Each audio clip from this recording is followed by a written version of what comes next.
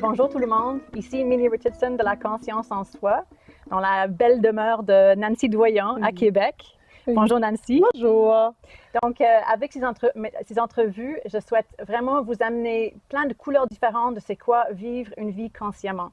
Donc, on peut le manifester de 1000 façons différentes et mon but, c'est d'amener les gens qui peuvent, avec leurs interventions au travail, dans leur vie personnelle, nous amener quelque chose de nouveau. Alors aujourd'hui, avec Nancy Doyon, qui est coach familial depuis 10 ans, qui est en fait la pionnière du coaching familial au Québec. Oui. Oui, rien de moins. On va explorer c'est quoi une vie de famille consciente. Oui. Qu'est-ce que ça veut dire? Donc, Nancy, je donne un moment juste pour te présenter, pour parler de ce que tu fais globalement avant de rentrer dans le vif du sujet. Donc, moi, je suis coach familial, auteure, conférencière et j'ai toute une équipe de coachs ici dans la région de Québec, mais aussi on commence à s'étendre. Les coachs familiaux, ce qu'ils font, c'est qu'ils se déplacent à domicile, ils s'insèrent à travers le quotidien des familles et ils aident des parents à prendre un pas de recul pour observer leur enfant, se poser des questions et réfléchir à qu'est-ce qui cause des comportements indésirables. Donc, souvent, les parents vont nous appeler parce que, bon, Coco ne veut pas se coucher, la grande est devenue arrogante, frères et sœurs se tapent dessus, il y a de la rivalité fraternelle, en tout cas, bref, donc, pour tout problème de comportement. Et là, on aide des parents vraiment à analyser ce qui se passe. Qu'est-ce qu'il y a derrière ces comportements-là? Quel est le besoin de l'enfant qui n'est pas répondu ou maladroitement répondu de sa part? Et là, on va les aider à mettre en place des interventions structurantes pour leur famille, mais adaptées aux besoins de chacun. Alors, d'abord, j'entends quelque chose de super important dans la conscience en soi qui est de prendre un pas de recul. C'est comme une première étape dans toutes les situations, que ce soit avec soi-même ou avec les autres, de se distancier puis de se dire qu'on n'est pas cette situation-là, de pouvoir voir plus clair. Alors, je vois déjà un début de ce que tu vas nous dire. Mais avant de parler de tes interventions professionnelles, dans ta vie à toi, Nancy, comme femme, comme conjointe, comme mère, comment tu arrives à être présente, consciente, réveillée dans ta vie? Je te dirais que puisque j'ai une vie très, très occupée, ça va vite, j'ai toujours 12 000 projets, j'ai pas le choix de me réserver des temps pour moi. Je suis une fille de nature, on peut le voir, là, j'adore la nature, puis c'est quelque chose, moi, qui me permet énormément de me ressourcer. Donc, de prendre la peine de façon la plus régulière possible, de mettre la switch à off, sortir, faire une balade en kayak, prendre une marche en forêt, puis juste m'arrêter à sentir les odeurs, à écouter les différents bruits, observer ce que je vois, observer le soleil qui jette des ombres où. Ça, c'est des trucs qui vont me permettre de... Et là, j'observe ce qu'il y a à l'extérieur, puis une fois que je me suis arrêtée à observer ce qu'il y a à l'extérieur, là, c'est plus facile pour moi d'entrer à l'intérieur. Et là, de m'arrêter puis de me dire, OK, moi, je vais comment? Ou juste, qu'est-ce qui se passe présentement? Puis juste prendre soin de moi, juste être ma meilleure amie. Puis me parler comme je parlerais à ma meilleure amie, peut-être. Oui. Ouais. Il y a comme deux éléments que je vois qui sont super importants. C'est la nature. Oui. La nature, c'est tellement un allié. Ah oui. Puis la nature est juste là à être elle-même. Donc, je trouve qu'être en nature, ça facilite juste OK, je reviens à qui je suis. Oui. Ce sont tous les jeux, mais je suis là. Ouais. Et puis, de vraiment d'observer les choses. Puis, juste à t'écouter parler des choses que tu as nommées, il y a quelque chose qui s'est déposé en moi, juste à t'écouter. Puis, c'est ça, c'est pas des choses compliquées, hein? Ben non, c'est juste s'arrêter quelques secondes pour prendre conscience de quelque chose, de ce que je vois, des odeurs, du ressenti. J'ai l'immense privilège de pouvoir travailler aussi quand je travaille à la maison, d'avoir, j'ai de grandes fenêtres vitrées sur le lac, puis de temps en temps, quand je commence à me sentir stressée, un peu angoissée, je vais juste lever la tête, puis regarder le lac, puis regarder ce qui bouge. Ah, tiens, il y a une truite qui a sauté. OK, je peux me repencher et continuer. Ouais. Ça prend 30 secondes, c'est pas long. Mais juste ça va faire toute la différence. C'est ça. On s'arrête. La présence n'est jamais Puis loin. C'est juste comme 1 degré à côté, puis on y est. Oui, oh oui. Et puis, maintenant, dans ta vie de famille, comment tu as une fille qui a Oui. maintenant 18 ans. 18 ans. Donc, tu as vu plusieurs étapes Oui. de ça. Comment tu as réussi à vivre une belle vie de famille dans la Oui, conscience, parce que dans la j'ai ma présence? fille, mais je suis aussi une belle maman de 2 garçons de 17 et 10 ans, presque 11. Et j'ai l'immense privilège d'avoir une belle relation avec eux. Je te dirais un peu la même chose. Chaque fois que c'est possible, prendre le temps de m'arrêter. Moi, je suis une grande fan des câlins. OK? Et je crois sincèrement que des câlins de façon régulière nous permettent justement de nourrir la relation. Tu sais que quand on donne un câlin de plus de 20 secondes, puis qu'on est vraiment aligné, groundé, bien, ça va faire sécréter de l'oxytocine. L'oxytocine, c'est l'hormone de l'attachement. Donc, plus on se donne de câlins, plus on s'aime. C'est cool. L'oxytocine va aussi nous apaiser forcément et tisser un lien plus important dans la relation. Donc, nous, ici, on est la famille câlin. On est vraiment la famille câlin. Génial. Quand il y a quelqu'un de stressé dans la famille, souvent, la première chose qui va se passer, c'est qu'on va lui offrir un câlin. Est-ce que tu prendras un câlin? Alors, on a des câlins joyeux, on a des câlins d'inquiétude, on a des câlins de colère, on a des câlins d'irritation, des câlins de fatigue. Et je suis chanceuse parce que le fils de mon conjoint est hyper colleux. Donc, j'en profite fois 1000. Et ma fille, qui est moins affectueuse quand même, du haut de ses 18 ans, puis même quand elle avait 14 ans ou 13 ans, puis que c'était plus corsé dans la relation, OK, on s'arrête, on se donne un câlin. Puis on se descend de 2 étages. On part de notre tête, on descend, puis on essaie d'être là, juste de s'habiter.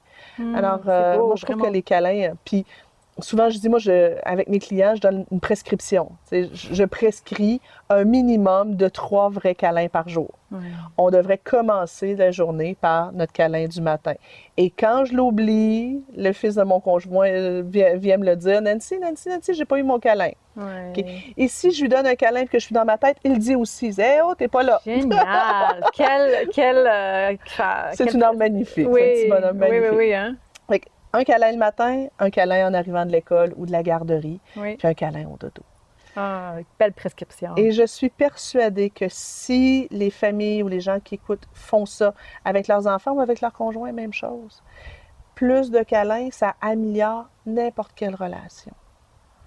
Si on a un enfant qui n'est pas câlineux, qui n'est pas confortable dans les câlins, que ce soit juste un toucher. Okay? Puis s'arrêter juste comme, il est beau cet enfant-là. Juste passer derrière un jeune qui est stressé dans ses devoirs, mettre les mains sur ses épaules avec une petite pression. Puis on entoure ce geste-là d'amour. Et vous allez voir faire, ça va aller mieux. Donc, ce que j'entends, c'est pas juste l'acte physique, mais c'est la présence qui va avec, qui fait toute la différence. Et l'intention aussi. C'est l'intention d'amour, l'intention de bienveillance, l'intention de transmettre une énergie de calme et d'apaisement. Ça fait toute la différence. Magique. Puis maintenant, au travail, je sais que tu interviens dans plein de situations différentes. Coaching individuel, les formations, les programmes web, une approche responsabilisante, parents leaders, la gestion des émotions. Qu'est-ce que tu peux partager avec nous par rapport à la conscience, la présence que tu amènes à ton monde, à tes clients? Bien, je pense que d'abord, c'est important que je sois modèle et que moi, je sois consciente de ce qui se passe. Donc, souvent, avant de tourner une capsule vidéo ou avant de donner une conférence, je vais prendre quelques secondes pour m'arrêter et faire l'effort de descendre de 2 étages. Parce que ce que je veux partager aux gens, c'est pas juste ici. Et si je suis trop ici, je le sais quand je donne des conférences, si je suis trop dans ma tête, j'ai pas le même impact. Non. Puis je deviens stressée, c'est pas le fun. Donc, je m'assure d'avoir ma porte ici, bien ouverte, pour que je puisse partager de là aussi. Parfois même pendant ma conférence, je vais en même temps que je parle, juste m'arrêter et regarder les visages des gens qui sont devant moi et d'être dans la gratitude. Je suis vraiment chanceuse de pouvoir faire ça. OK. Alors, je pense qu'il y a cette portion-là. Ensuite, ben, ce que j'essaie d'enseigner, dans le fond, tout ce que j'enseigne a une portion au niveau de la conscience, de l'état de conscience, parce que ce que je demande aux parents, aux enseignants, aux éducateurs, c'est de prendre un pas de recul, puis de juste s'arrêter et observer qu'est-ce qui se passe, de quoi est-ce que cet enfant-là a besoin. Moi, je suis réactive. Pourquoi je suis réactive? Qu'est-ce qui se passe à l'intérieur de moi? C'est quoi les pensées qui m'habitent quand l'enfant a un comportement inadéquat? Parce que, tu sais, ce qui va faire qu'on va être réactif, c'est souvent des pensées falsifiées. OK? Je dis souvent en intervention que c'est pas ce qu'on fait qui est important autant que l'attitude avec laquelle on le fait. Oui. Donc, si je dis à mon enfant, c'est l'heure d'aller faire dodo, qu'est-ce que je lui dis a peu d'importance. La façon, l'attitude avec laquelle je vais lui dire risque de faire toute la différence. OK. Si j'ai à intervenir sur mon adolescent parce que je veux pas qu'il aille à un party, bien que je choisisse de dire oui, de dire non, ça a peu d'importance. C'est beaucoup l'attitude. Qu'est-ce que je vais être capable de lui transmettre? Puis ça, bien, mon attitude va forcément être liée à mon état émotif. Si je suis en colère ou si je suis irritée, si je suis déçue, bien forcément, ça va transparaître dans mon attitude et ça risque de venir teinter mon intervention. Donc, la première étape, c'est d'être conscient, de dire, OK, ici, il se passe quoi? Au niveau émotif, il se passe quoi? Puis qu'est-ce qui alimente mon état émotif?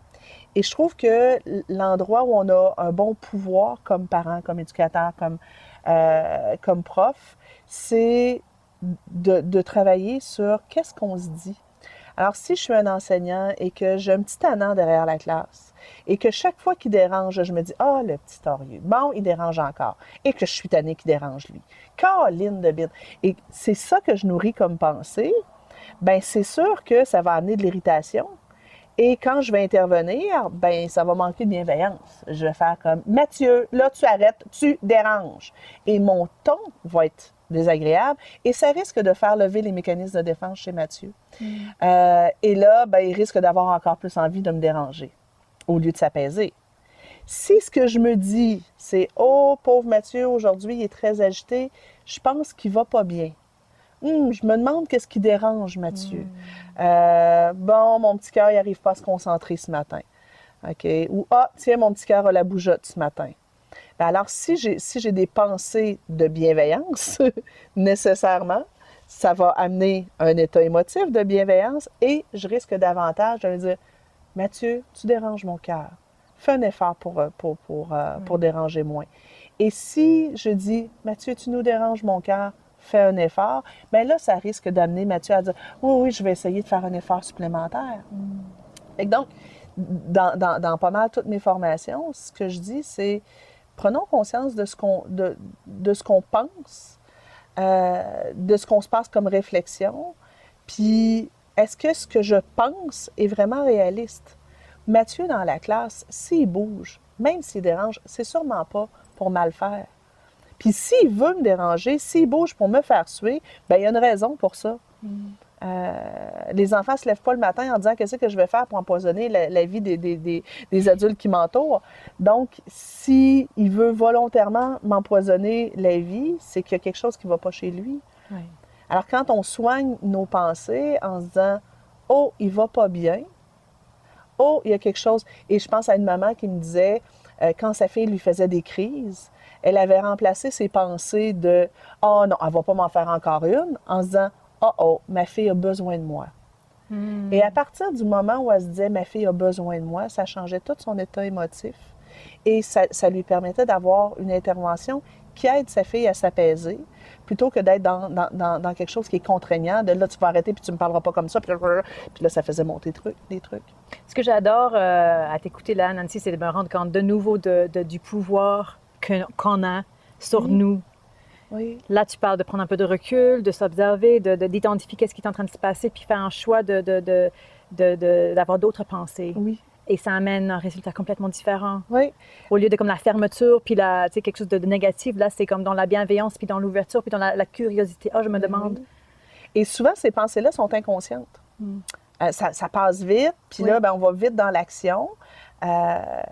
Mais si on prend juste une respiration, on va dire « OK, là, on a une autre crise. » Et là, je soigne ma pensée. Oui. Et moi, ça va être assez souvent ça que je vais faire comme analyse avec les parents. Dire, OK, dans les situations X, Y, Z, qu'est-ce qui se passe? Je ne veux pas savoir le comportement de l'enfant. Ben, je veux le savoir, mais je veux dire, c'est pas ça qui est important. Oui. Je veux savoir qu'est-ce qui se passe en vous. Oui. Qu'est-ce que ça réveille en vous, puis qu'est-ce que ça vous amène comme pensée. Si on change ça, tout le reste change. Donc, ralentir, puis tu parles de la respiration comme un outil de se ralentir. Oui, oui. Oui, puis je vais aussi souvent demander aux parents, bien, tu sais, des fois, dans le quotidien, les choses arrivent, les trucs se passent vite. Bien, le soir, quand les enfants sont couchés, hein, est-ce qu'on peut repenser à la situation, puis pas juste penser en regardant son comportement, dire, OK, bien, moi, il s'est passé quoi? Moi, je réagis comment, sur quel ton? OK, mais je me sentais comment? OK, mais j'avais quoi comme pensée? Juste avant ou juste après, etc. Puis parfois, notre réaction, peut-être trop émotive, peut-être trop même agressive, bien, elle ne vient même pas du comportement de l'enfant. Parfois, on réalise qu'avant que l'enfant se comporte mal, on était déjà dans un état émotif de tension. Oui. Et là, bien, ça a été un déclencheur. Tout à fait. Alors, pour finir, pour offrir quelque chose aux gens qui écoutent, si il y a un parent, un couple qui vivent une vie de famille où ils sentent qu'il n'y a pas assez, justement, de présence, de conscience, où ça va trop vite, où on est juste trop dépassé par les événements, est-ce qu'il y a un petit truc que tu pourrais offrir qui serait facile à intégrer? Tellement. Great. J'appelle ça le 5 minutes de cœur à cœur. C'est fou, on met des enfants au monde, 1, 2, 3. Puis souvent dans nos journées, on ne prend pas la peine d'avoir 5 minutes avec eux, où on est vraiment branché sur l'amour qu'on a pour eux. Donc, dans les familles où c'est difficile, ce que je leur propose, c'est 5 minutes par jour. Ça ne se peut pas que vous n'ayez pas ce temps-là. 5 minutes par jour, vous vous déposez, vous vous asseyez avec votre enfant ou avec votre adolescent et vous êtes juste comme dans la qualité de présence. Consciemment, je descends 2 étages, je suis ici, je m'habite. Je peux regarder mon jeune en train de faire ses blocs Lego et dire « Oh wow, il est magnifique ». Pas d'intervention, pas de critique, juste on est ensemble 5 minutes. 5 minutes par jour, ça va changer n'importe quelle relation. Prescription de 5 minutes de cœur par jour. Oui, de Dr. Nancy. J'aime bien. Merci beaucoup, Nancy. Ça m'a fait plaisir. Je pense que ça va vraiment être une aide précieuse aux gens. Et puis, à bientôt pour une prochaine entrevue avec un autre vecteur de conscience. Bye bye tout le monde.